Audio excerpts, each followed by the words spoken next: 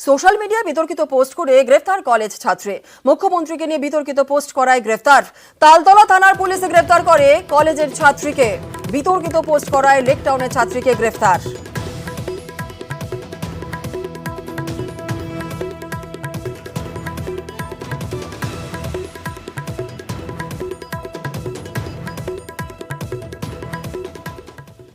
বিবস্ত্র করে মার আর তারপর রাস্তায় হাঁটানো হয় তৃণমূলের মহিলা সমর্থককে। নন্দীগ্রামে বিজেপির বিরুদ্ধে এমনই চাঞ্চল্যকর অভিযোগ। রবিবার নন্দীগ্রামে যায় তৃণমূলের প্রতিনিধি দল। অভিযোগ উড়িয়ে তৃণমূলকে পাল্টা জবাব বিজেপির।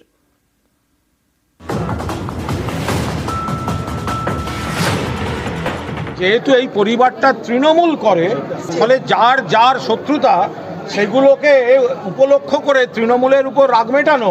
যদি এই ধরনের ঘটনা ঘটে থাকে, অত্যন্ত জঘন্য নিকৃষ্টতম ঘটনা ঘটেছে, যারা অপরাধী প্রত্যেকে গ্রেপ্তার করা উচিত।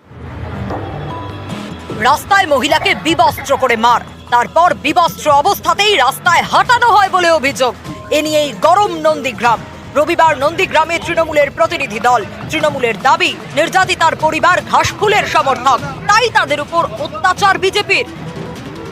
যেহেতু এই পরিবারটা তৃণমূল করে, ফলে যার যার শত্রুতা সেগুলোকে উপলক্ষ করে তৃণমূলের উপর রাগ মেটানো। ওনার সন্তানদের উপর আক্রমণ, গ্রাম ছোট জায়গা, ওকে চেনে, ওর সঙ্গে ওর শত্রুতা, সেটা পুরোপুরি রাজনৈতিক প্রতিহিংসায় কনভার্ট করে নিজেদের এজেন্ডা অনুযায়ী বিজেপির পার্টি অফিসে বসে এই লোকগুলো বিজেপিকে ব্যবহার করে তৃণমূলকে ভয় দেখাবার জন্য এই গুন্ডামিটা করে নারী নির্যাতনটা করেছে।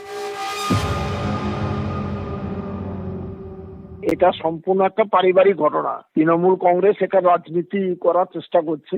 আমরা বিজেপি দলের পক্ষ থেকে নন্দীগ্রাম থানা আইসি কে বলেছি, আপনি তদন্ত করুন এবং দোষী ব্যক্তিদের গ্রেপ্তার করুন। আমরা পূর্ণ সহযোগিতা করব। নিছক পারিবারিক ঘটনাকে রাজনৈতিক রং দেওয়ার কোনো দরকার নেই। তৃণমূল কংগ্রেস যাতে করে এই ঘটনাকে কেন্দ্র করে যাতে তারা মাটি পায় কিছুটা হলেও, তার জন্য চেষ্টা করছে।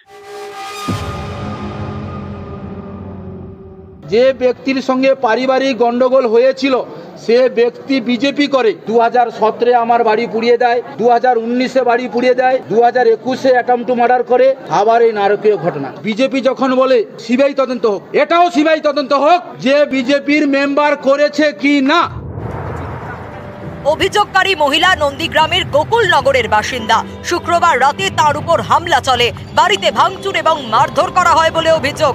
তাকে নন্দীগ্রাম সুপার স্পেশালিটি হাসপাতালে ভর্তি করা হয়। রবিবার হাসপাতালে যায় তৃণমূলের 8 সদস্যের প্রতিনিধি দল। তারপর থানাতেও যান তারা। জখম মহিলাকে চিকিৎসার জন্য কলকাতায় নিয়ে আসা হয়।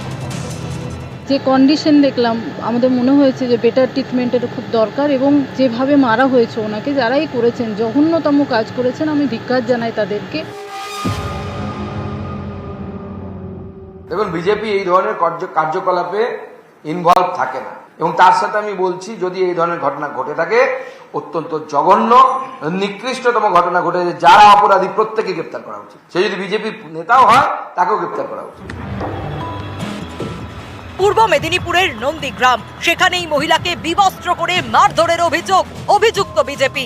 এই ঘটনায় বেশ কয়েকজনকে গ্রেপ্তার করেছে পুলিশ। তাকে ফোন করা হচ্ছে আপোষ করার জন্য, সমঝোতা করার জন্য, চেপে যাওয়ার জন্য। নানাভাবে কখনো হুমকি, কখনো প্রলোভন, কখনো অফার, কখনো প্যাকেজ, এসব করা হচ্ছে। এবং ওই এলাকার বিধায়ক হচ্ছেন বিরোধী দলনেতা, সাংসদ হচ্ছেন প্রাক্তন বিচারপতি। ওই ডবল ইঞ্জিন জনপ্রতিনিধিত্ব, তাদের একবার গিয়ে তাদের পাশে দাঁড়াবার কাল থেকে সময় হলো না। গতকালই আমি নির্যাতিতার স্বামী, তার সঙ্গে টেলিফোনে কথা বলেছি।